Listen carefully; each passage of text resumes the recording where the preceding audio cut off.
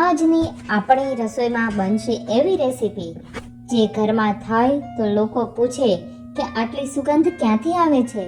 તો તૈયાર છે ગુવાર મુઠિયાનું શાક. ચાલો બનાવવાનું શરૂ કરીએ. સૌપ્રથમ આપણે ગુવાર લીધેલો છે, તેને સારી રીતે પાણીથી ધોઈને એક પ્લેટમાં કાઢી લઈશું. હવે આપણે શાક બનાવવા માટે જોતી વસ્તુઓને કાઢી નાખશું. મેં અહીંયા લીધેલો છે ચણાનો 1 કપ લોટ, 1 કપ મેથી ઝીણી સમારેલી, ટમેટા ક્રશ કરેલા.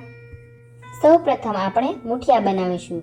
તે માટે મેથી લઈશું, તેમાં ચણાનો લોટ ઉમેરીશું, તેમાં અડધી ટીસ્પૂન હળદર પાવડર ઉમેરીશું, 1 ટીસ્પૂન મરચાંનો પાવડર ઉમેરીશું, 1 ટીસ્પૂન ધાણા જીરું પાવડર ઉમેરીશું. હવે આપણે સ્વાદ અનુસાર નમક ઉમેરીશું, અડધી ટીસ્પૂન ખાંડ ઉમેરીશું અને થોડોક જ ખાવાનો સોડા ઉમેરીશું, જેથી મુઠિયા એકદમ પોચા અને સરસ બને. હવે આપણે તેના પર લીંબુ નાખીશું અને બધું સારી રીતે મિક્સ કરતા જઈશું પાણી નાખીને. હવે આપણો લોટ બરાબર બંધાઈને તૈયાર થઈ ગયો છે. આ લોટને થોડો કડક બાંધીશું.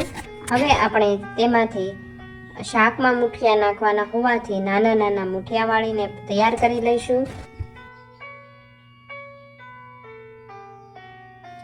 હવે આ મુઠિયાને તળીને પણ શાક કરી શકાય છે અને વરાળથી બાફીને પણ કરી શકાય છે, પરંતુ આપણે કુકરમાં કરતા હોવાથી આપણે કુકરમાં સીધા જ મુઠિયા બાફવા માટે ઉમેરીશું. આપણે આ શાક કુકરમાં બનાવશું, જેથી આપણું શાક ફટાફટ તૈયાર થઈ જાય છે.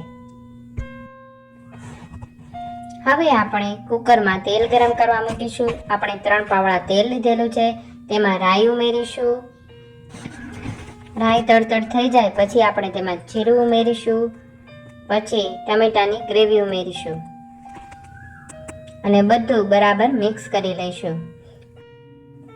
હવે આપણે તેમાં મસાલા ઉમેરીશું. 1/4 ટીસ્પૂન હલ્દી પાવડર, 2 ટીસ્પૂન મરચાં પાવડર,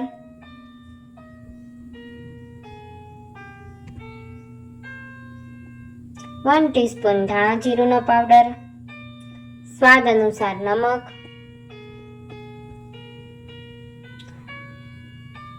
હવે આપણે તેમાં ધોયેલો ગુવાર ઉમેરીશું અને ટમેટાના સ્વાદને બેલેન્સ કરવા માટે થોડો ગોળ પણ ઉમેરીશું. હવે આપણે પોણો ગ્લાસ પાણી ઉમેરીને કુકર બંધ કરી લઈશું અને 1 સીટી થવા દઈશું. હવે 1 સીટી થઈને થોડું શાક ચડી ગયું છે અને હવે પછી આપણે તેમાં મુઠિયા ઉમેરીશું. બધા મુઠિયાને આપણે એવી રીતે ગોઠવશું કે જેથી એકબીજાને ચીપકે નહીં અને સારી રીતે બફાઈ જાય.